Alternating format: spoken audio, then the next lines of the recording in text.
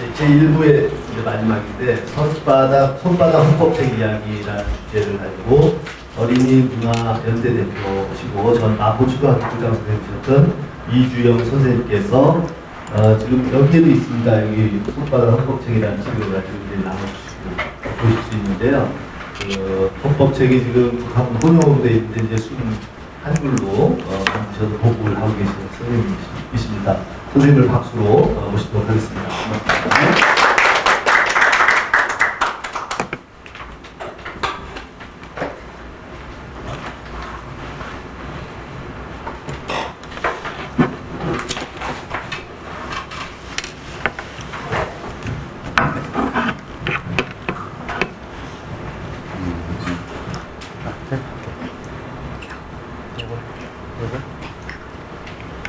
네, 안녕하세요. 네, 반갑습니다. 오늘 제가 이제 손바닥 헌법책 이야기를 조금 이렇게 해달라고 이렇게 불러주셔서 참 감사히 생각합니다. 그 이야기는 이제 지금까지 뭐 계속 한글 이야기 나오고 세종대왕이 나오고 그랬었는데, 그렇게 세종대왕께서 만들어진 한글을 정말 우리가 어느 시대에 써야 되는가, 어떻게 써야 되는가 라는 이제 이야기를 하면서 말씀을 드리고 싶습니다. 사실 제가 이제 여기 뭐 어차피 있으면 요것만 놓고 그냥 조금 이제 여러분들 이 교재 요거를 조금만 설명을 더 드릴게요. 그리고 나서 좀 자유롭게 말씀드릴게요. 사실 지난번에 숙대에서 할 때 오신 분들이 많기 때문에 좀 중복되는 점도 있는 것 같은데요. 제가 이거를 만들어서 이제 이렇게 보급을 하게 되는, 헌법을 만들게 되는 그 이유는, 여러분 보시면은 41쪽에 보면은 대한민국 헌법 130조를 전부 읽어본 적이 있는가? 라는 설문조사에서 한 반이 없는 거죠, 거의 다. 사실은요. 그냥 조금 읽고 이렇게 이제 했다라는 거고, 그 다음에 학교에서 헌법을 배운 적이 있는가? 라고 했을 때 배운 기억이 안 난다는 사람이 또 반이에요. 이게 참 이상한 나라인 거죠. 왜냐하면 헌법이라는 것은 그 나라를 운영하는 가장 기본이 되는 틀인데, 그 틀을 그 나라 국민들이 안 읽어요. 뭐 많은 것도 아닌데, 130조인데 안 읽고 학교에서 또 배운 기억도 없대요. 그러니까 학교에서 제대로 가르치지 않았다는 얘기죠. 그러니까 이렇게 거의 우리가 대학까지 하면 16년인데 16년 교육을 거치면서 헌법을 제대로 배운 적이 없다라는 거죠. 가르친 적도 없고, 이제 그리고 또 그래서 학교에서 헌법 교육을 한다면 언제부터 하는 게 좋을까라고 해서 대부분 70% 이상이 초등학교부터 해야 된다라는데 또 이렇게 응답을 했어요. 그거 보면은 이제 필요하다라는 것은 공감을 하는 거죠. 그리고 정말 우리가 국민이 헌법을 읽고 헌법대로 해야 된다는 주장에 대해서 어떻게 생각하는가라고 하면서 다수가 이제 찬성을 하는 겁니다. 그래서 이렇게 이야기를 하는데, 사실 헌법이 아까 말씀드린 대로 우리 국민들이 거의 다 읽지 않고 있다라는 거예요. 읽지 않는 건 둘째치고 국가에서 교육을 한다는 나라에서 교육기관에서 이제 가르치지 않는다라는 거죠, 이거를 제대로. 그러다 보니까 모르게 된다라고 하는데, 저희가 이렇게 조사해 보니까 헌법을 읽지 않는 이유가 뭔가라는 거예요. 그 이유가 뭔가, 그걸 공부하는 이유가 뭔가라는 게, 제가 손바닥 헌법책을 이렇게 만들어서 작년 3월 1일 시작을 했는데, 3월 1일 날 선언할 때 저들이 이거 만부 찍고서 이거 만부가 제대로 이거 소화가 될까? 사실 그런 걱정도 했어요. 그런데 일주일 만에 이게 다 주문이 다 동나버린 거예요. 그래갖고 그 다음부터 거의 한 달에 지금 만부 걸로 계속 주문이 들어오고 있는 거죠. 그게 지금 현재 20세, 약 20만 부를 지금 찍어서 하는, 저희가 무슨 크게 이렇게 선전할 수 있는 단체도 아니고, 불과 한 10대 명이 모여서 지금 하고 있는데, 이게 뭐, 근데도 이게 아름아름 입을 통해서 계속 지금 전파가 되면서 그 속도가 자꾸 빨라지고 있는 거죠. 근데 이거를 보신 분들이 가장 먼저 하는 이야기가 뭐냐면은, 아니 헌법책이 이렇게 얇아요? 그래서 제가 아니 얄까마다 여기 지금 헌법만 들어가 있는 게 아니라 세계 인권선언도 들어가 있습니다. 헌법만 하니까 너무 얇아서 안 돼가지고 세계 인권선언까지 넣었다고. 이 사람들은 그러면 자기들은 헌법이 이렇게 두꺼운 줄 알았대요. 되게 헌법 책하면 두꺼운 줄 알았는데 이렇게 얇나 돼서 많은 사람들이 놀라워했고요. 그 다음에 헌법하면은 되게 어렵다고 생각해. 법하면은 어려우니까 별로 국민은 안 봐도 된다라고 생각했는데 이걸 읽어보니까 너무 쉽다라는 거예요. 그냥 다 우리 하는 얘기들 그게 정리되어 있다라는 거죠. 그런 거 하고 그 다음에 그게 보통 사람들의 생각이에요. 다 헌법책은 너무 두껍다. 헌법은 너무 어렵다. 법은 다 한문으로 되어 있을 것이다 라고 생각을 했던 거죠. 그리고 이제 그 공부를 하는 좀 되는 사람들은 사실은 또 하나는 헌법이 의미가 없다고 생각하는 거예요. 일부는 또. 그러니까 무슨 얘기냐면 이게 장식적 헌법이라는 거죠. 우리나라가 독재 국가가 계속 오면서 헌법은 법으로만 이름만 돼 있는 거지 실제로 헌법이 작동하지가 않았다라는 거예요. 근데 우리가 이제 사실 촛불 집회를 통해서 정권을 바꾼 거는 우리 지금 대한민국 역사상 최초로 헌법을 기본으로 해서 권력 구조를 바꾼 거라고 이게.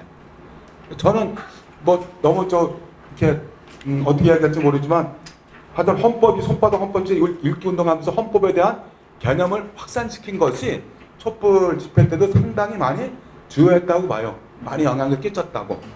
네, 그래서 그런 이제 장식적 헌법이었는데 실제로 이제 헌법이 작용하기 시작하는 거죠. 예, 그래서 이런 세 가지. 그러니까 헌법은 너무 두껍고 한문으로 해서 어렵고 그 다음에 또 좀 공부 꽤나 했다는 사람들은 그 헌법 해봐야 그건 뭐하냐. 실제로 작동돼. 민주공화국 말만 민주공화국이지 대한민국이 무슨 민주공화국이냐 이거요. 그런 생각들에서 헌법을 안 읽었던 것일까라고 생각하는데 이것이 한문으로 사실 우리나라가 헌법이 10번 바뀌었죠. 그러니까 9번 바뀐 거예요. 실제는요. 재헌헌법을 해놓고 바뀌어서 1987년에 제10호헌법이 나왔어요. 그러니까 1980년 10호헌법은 민주헌법 쟁취국민운동본부가 결성되면서 민주헌법 쟁취국민운동이 전국으로 확산되면서 결국 60항쟁을 일으킨 거잖아요. 그래서 6월 항쟁을 일으켜서 이제 쟁취한 게 민주헌법이죠. 그런데 이 민주헌법이 지금 30년 오고 있는 거예요. 그러면은 대한민국이 일단 재헌헌법은 1948년 7월 17일이니까 그때부터 헌법들이 무수히 바뀌었죠. 그냥 계속 바뀐 거예요. 예, 그냥 위에서 뭐 유신헌법 후다닥 바꿔버리고 또 뭐 5공화국 들어와 또 바꿔버리고 이렇게 이제 바꿨는데 사실 그동안 30년 동안 헌법이 안 바뀐 거는 이제 누구도 이렇게 마음대로 못 바꾸게 된 거죠. 사실은. 그러니까 87혁명 이후로는 함부로 이 헌법을 바꿀 수가 없었어요. 국민투표를 해야 되기 때문에. 근데 물론 그 전에 국민투표 했죠. 그렇지만 그냥 다 형식적으로 했잖아요. 근데 이제는 진짜 이것을 하게 되니까 그동안 이제 못 바꾸고 이렇게 온 건데 사실은 저는 그렇게 생각해요. 좀 개헌 논의가 되지만 헌법을 바꾸는 게 중요한 게 아니다. 저는 지금 있는 헌법이라도 제대로 해보자라는 거죠. 사실 지금 있는 헌법이라도 제대로 하면은 이게 결코 독재국가가 될 수 없어요. 대통령이 제왕적 권한을 갖고 있다고 바꾸자고 그러는데 이 헌법대로 하면은 대통령이 제왕적 이걸 할 수가 없어. 이 사람이. 맞습니다. 예. 그래서 이제 이걸 제대로 하자는 얘기인데 사실 이게 저희가 한글 헌법을 이렇게 만들어서 보급하게 되는 그 역사가 길어요. 사실은요. 이호덕 선생님이 이제 이호덕 선생님은 조금 아시나요, 여러분들? 네. 예. 그러니까 이호덕 선생님이 그 90년도에 그러니까 이제 한글 운동을 계속했잖아요. 우리말 바로쓰기. 우리나라 그 한글 운동에서는 우리말 바로쓰기 운동에서는 하나의 아주 획기적인 선을 그으신 분이거든요. 특히 이제 1988년 그 한겨레 신문 나오면서 한겨레 신문이 크게 두 가지죠. 하나는 순한글이었다라는 거. 정말 100년 만에 독립신문 순한글 했다가 얼마 만에 그냥 바로 한자 혼용 들어가고 나서 100년 만에 순한글 신문이 나온 거예요. 순한글 신문이 나오고 그 다음에 하나가 가로판 짝이었죠. 예. 이제 그거 나올 때 사람들이 뭐 일각에서는 야, 그 신문 망할 거다 곧. 그랬는데 그 신문이 망한 게 아니라 다른 신문이 다 한글 세로판으로 가로판으로 바뀔 수밖에 없었죠. 그때 이제 이호덕 선생님이 굉장히 큰 역할을 하신 거예요. 순 한글로 해야 된다 무조건. 근데 한글로 해놓고 보니까 문제가 생겼어요. 뭐냐면은 한문 세대 사람들이 한글을 이해하지 못하는 거예요. 한글로 써놓은 거를. 그러니까 한문을 공부했던 사람들은 입법하면은 그걸 한문으로 써야지 이해를 하지 한글로 입법이라고 쓰면은 이해를 못하는 거예요. 이 사람들이. 그러니까 이해도가 떨어진다고 자꾸 한문을 써야 된다는 거죠. 그러니까 한겨레 신문이 그렇게 나오고 나니까 이제 그게 걸린 거예요. 그래서 이호덕 선생님이 그때 어떻게 바꾸자냐면 한문 중에서 그러니까 자꾸 이렇게 겹친 말이 있는 것들은 다 바꿔보자는 거죠. 우리말로. 그래서 한문 중에서 우리말로 바꿀 수 있는 건 바꿔야 된다. 최대한. 그 이제 뭐 채집 이런 말하면 계속 채집이라는 말이 계속 나오는데 채집이라는 말을 한글로 풀자라는 거예요. 그러면은 고사리를 채집하다가 아니라 고사리를 꺾다. 냉이를 채집하다 냉이를 캐다. 사과를 채집해 사과를 따다. 도토리 채집에나 도토리를 줍다. 이런 식으로 다 바꿔버리는 거죠. 그게 이제 이호덕 선생님이 주장했던 우리글 바로쓰기예요. 우리말 바로쓰기, 우리글 바로쓰기. 이게 쉬운 말로 쓰기. 그러면서 한겨레 신문은 맨날 이제 이호덕 선생님이 그때 전문위원이 있으니까 가면은 기자들을 맨날 교육을 하고 맨날 야단치는 거예요. 좀 풀어쓰라고, 바꿔쓰라고. 이제 그러면서 했었는데 그렇게 이제 그걸 주장하시다 보니까 그런 영향이 이제 많이 됐고 그때 대법원에서 그 법률 용어로 어떻게 우리말로 바꿀 수 있느냐라는 것에서 그 교육을 받기 위해서 이호덕 선생님을 이제 모셨어요. 그래서 모셔가지고 교육을 그 판사들 대상으로 해서 교육을 하는데 이호덕 선생님은 거기서 교육을 처음 정말 대법원 가서 강의를 하시는 거잖아요. 그러니까 그럼 와서 나 이제 법률 용어 처음 이제 보시는 거예요. 보셨는데 헌법을 딱 보니까 이렇게 됐다는 거죠. 헌법. 한번 이건 이제 한문으로 지금 이거 한글 토를 달았지만 다 이렇게 돼버렸던 거예요. 한번 돌아오면서 한번 이게 시통헌법, 현행헌법입니다. 이게 옆에 오른쪽에 있는 게 한문 원래 헌법이에요. 그러니까 이호덕 선생님이 이렇게 한문으로 되는 헌법을 보고 너무나 화가 나신 거예요. 어떻게 민주헌법이라는 게 한문 투별에 다니냐? 이거를 어떻게 국민들이 읽으라는 거냐? 더구나 어린이가 어떻게 읽으라는 거냐? 그래가지고 이거를 그 일기에 보면은 일기에 아주 그냥 통탄하는 글을 막 써놓으셨어요. 그리고 15일 동안 막 해서 이걸 이제 한글로 바꾸죠. 한글로 바꾸시고 풀고 해가지고 새로 만드세요. 그래서 그걸 갖다가 쭉 이제 얘기를 하게 되니까 한문 헌법이 이제 한글로 바뀌게 되는 거죠. 그래서 한문을 일단은 한글로 바꿨어요. 일단. 그리고 이것을 이제 이렇게 널리 펴게 되고 그래서 이호덕 선생님이 이 뒤에 보면은 그래요. 우리는 아직도 입법이고 사법이고 행정이고 참된 민주주의는 거리가 먼 자리에서 헤매고 있습니다. 헌법은 나라를 다스리는 기본이 되는 틀을 짜놓은 법입니다. 이것을 모르는 국민이 어떻게 민주주의를 하겠습니까? 헌법을 모두가 읽어서 우리 모두 행복하게 살아갈 수 있는 나라의 틀을 어떻게 짜놓았는가? 나라의 바탕을 어떻게 다져야겠는가를 생각할 때 우리나라는 참된 민주나라가 될 것입니다. 라고 하는 게 이제 지금 돌리는 그 책의 서문이에요. 그래가지고 저거를 사실은 97년에 찍었었는데 초판도 안 나갔어요.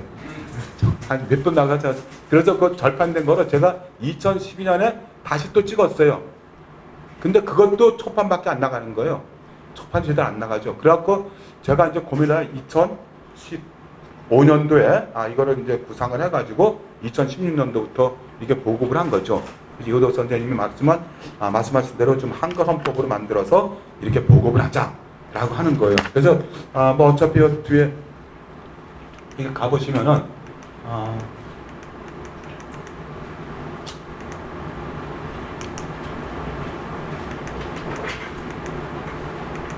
이건 이제 쭉 넘어가고요.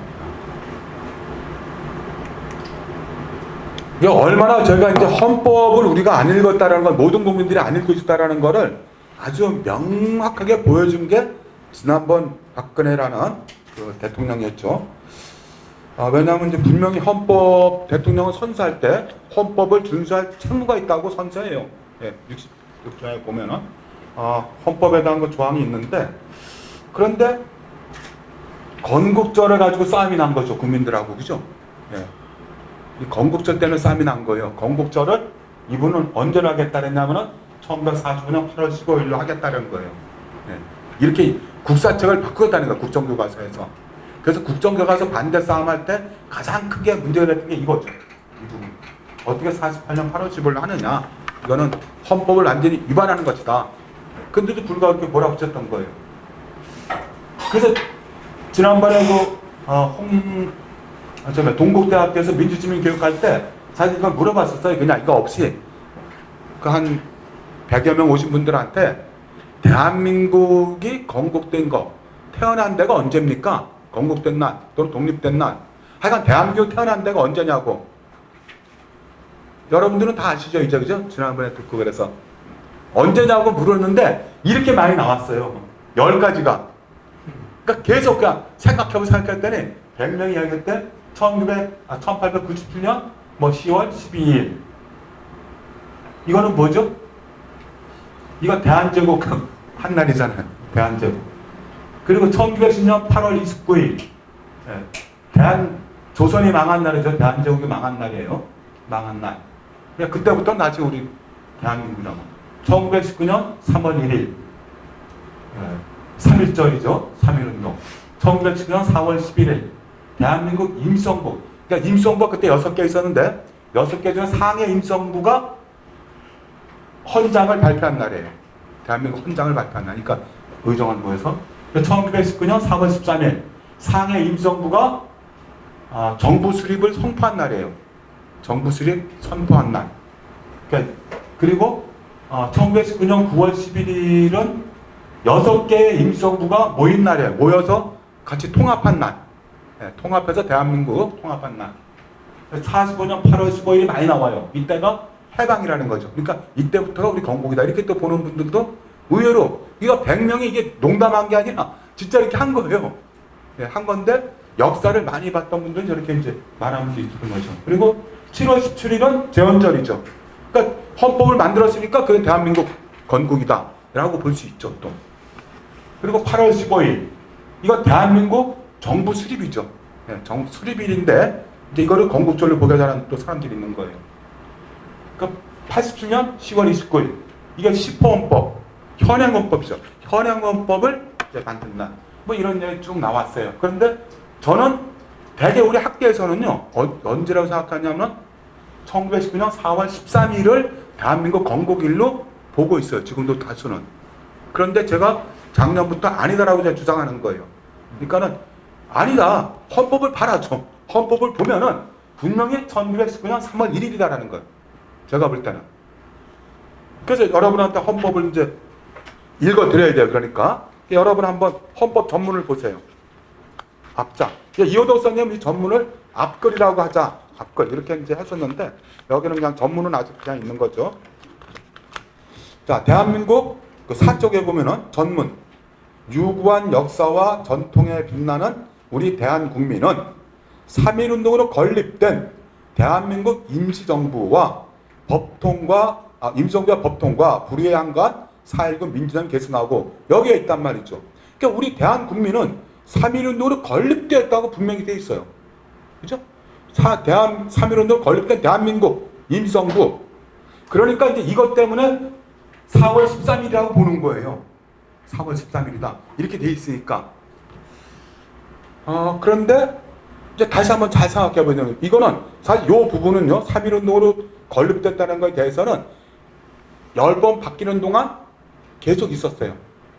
4.19는 유신 때 빠졌다가 4.19 때 들어갔다 유신헌법 때 빠지고 그랬다가 이제 6.7헌법 때 다시 들어간 거죠. 10호헌법 때. 이때 다시 들어간 건데 이렇게 돼 있단 말이에요.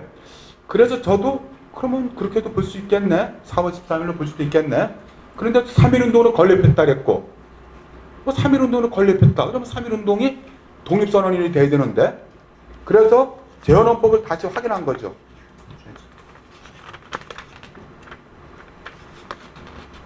지금 여기는 제헌헌법이 지금 빠져 있는데 제가 요게 지금 몇 세가인가? 이게 그 8세라서 그래요. 지금 이게 10세부터는 제헌헌법을 제가 넣었어요. 이걸 설명하느라고. 지금 남아있는 거 이제 지금 저기 막 들어간 게 안 나와가지고 막 이렇게 모아서 보냈대요. 우리 봉사하시는 분이. 근데 재헌헌법에는 뭐라 했냐면은 3.1운동으로 건립된, 똑같아요. 대한국민은 3.1운동으로 건립된 대한민국 이렇게 나와 있어요. 그리고 나와 있고 이제 다시 재건한다 그랬어요. 재건한다. 그래서 제가 이제 맨 앞에 넣은 게 뭐냐면은 그러면은 이제 이게 법통을 위반한다 그랬으니까 4월 13일 대한민국 임시정부의 법통을 위반한다고 했으니까 그 법통을 위반하던 그 법통이들은 헌장을 봐야 되잖아요. 그래서 이 헌장을 찾아본 거예요. 이걸 찾느라고 한참을 먹었어요. 그냥 이게 어디 없어가지고 여기저기 막 찾아서 냈는데 여기에 보니까 대한민국 임시헌장 4월 11일 선서문 여기에 존경하고 경애하는 우리 2천만 동포 국민이여 대한민국 원년 3월 1일 정확히 찍어놨어요. 대한민국 원년 3월 1일이라고. 우리 대한민족이 독립을 선언하면서부터 남녀노소 모든 계급 모든 종교를 가리지 않고 하나로 단결하여 이렇게 나와 있단 말이죠. 그러니까 저도 이거를 작년 그 3월 1일자 이거를 만들기 위해서 이 헌장을 처음 찾아본 거예요. 과연 4월 13일 이렇게 우리가 알고 있었는데 그럼 여기서 대한민국 임시정부 법통을 이어받는다고 했는데 우리가 법통을 이어받는 대한민국 임시정부의 헌법은 어떻게 되어 있나? 그랬더니 여기는 헌법이라 안 하고 헌장이라고 하면서 헌장에서 이렇게 대한민국 원년 3월 1일이라고 정확히 못을 박아놨단 말이죠. 그렇기 때문에 저는 이제 작년 3월 1일부터 우리의 건국일은 대한민국 건국일은 1919년 3월 1일이다 라고 주장하는 거고 따라서 이것이 독립절이 돼야 된다 이제 라고 얘기를 했는데 사실 이거를 작년에 이렇게 제가 계속 다니며 주장하다 보니까 반론을 펴시는 분들이 있어요. 그게 뭐냐면 두 가지예요. 하나는 임시정부 법통을 이어받았다고 하는데 아직 대한민국이라는 정부를 세우기 전이 아니냐라는 거 이게. 그렇죠? 전이잖아요. 4월 13일날 세웠으니까 선포했으니까. 그러니까 전인데 어떻게 그거를 건국일 또는 독립절로 볼 수 있느냐라는 거죠. 독립절로. 이제 그거 있고 그 다음에 또 한 분들은 뭐냐면은 땅이 없는데 임시정부를 상에다 세웠다고 하지만 또 국민은 우리 국민이라고 하지만 땅을 빼앗긴 나라인데 땅이 없는 나라가 무슨 국가냐. 그러니까 그렇게 볼 수 없다라고 얘기를 해요. 그래서 저도 그런가? 그러다 생각하니까 그러면은 마침 그분이 그때 그 미국서 공부하고 오신 분이었어요. 예, 하기를. 그래서 내가 하스바. 근데 그 미국은 독립절이 언제예요? 여기가 미국은 독립절이 1770년 7월 4일이에요. 그럼 1770년 7월 4일날 미국에 땅이 있었나요? 땅이 없었어요, 미국이. 그건 영국의 식민지였죠. 영국의 식민지에서 13개 주 대표들이 모여가지고 그냥 선언한 거예요. 버지니아 도서관 앞에서.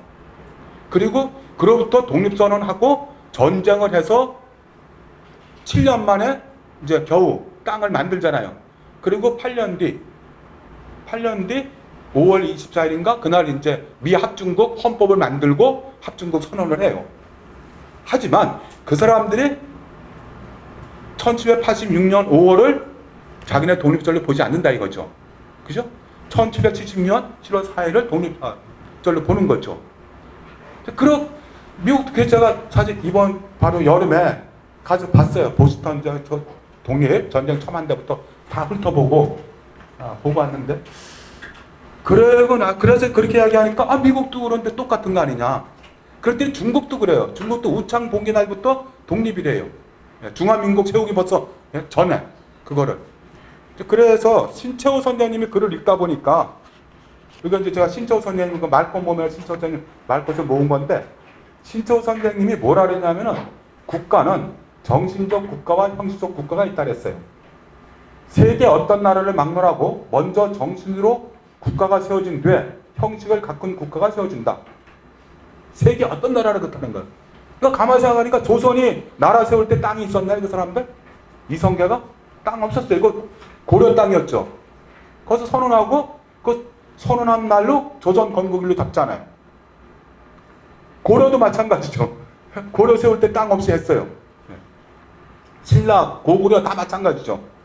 다 먼저 선언하고 그 다음에 정식으로 국가 정부 조직을 하고 틀을 만들고 그리고 적군하고 이제 원래 땅임자로 싸워가지고 이렇게 나라가 서는 거죠.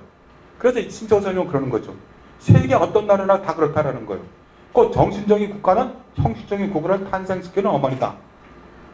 정신적인 국가는 민족이 독립할 정신, 자유할 정신, 생존할 정신, 나라를 일으키고 빛내고 싶은 정신이다.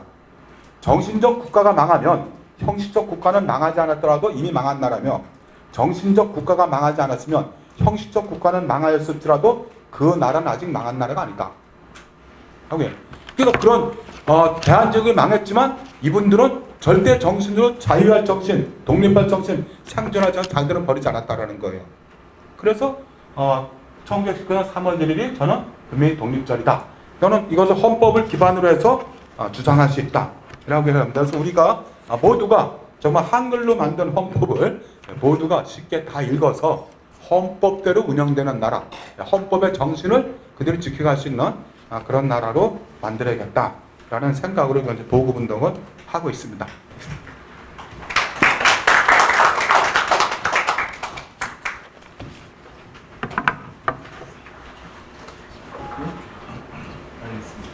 네.